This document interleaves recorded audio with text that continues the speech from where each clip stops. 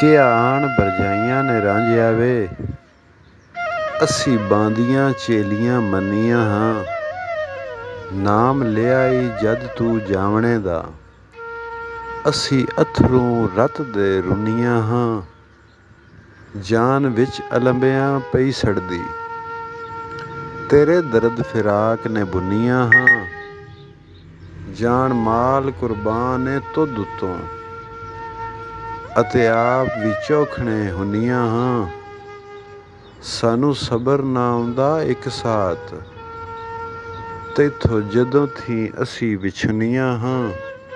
ਵਾਰਿਸ ਸ਼ਾਹ ਦਾ ਆਖਿਆ ਮਨ ਬੀਬਾ, ਅਸੀਂ ਸਭ ਮੁਰਾਦ ਲੈ ਪੁੰਨੀਆਂ ਹਾਂ।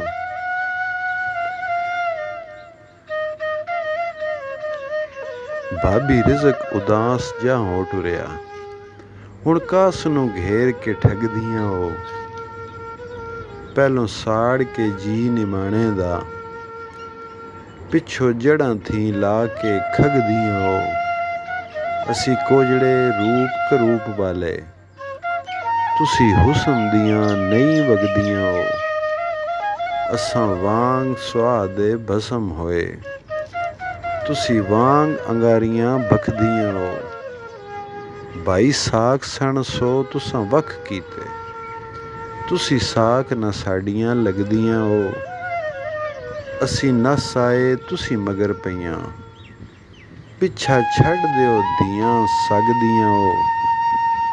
ਅਸੀਂ ਇਤਨੀ ਗੱਲ ਮਾਲੂਮ ਕੀਤੀ, ਤੁਸੀਂ ਠਗਣੀਆਂ ਈ ਸਾਰੇ ਜਗ ਦੀਆਂ ਉਹ।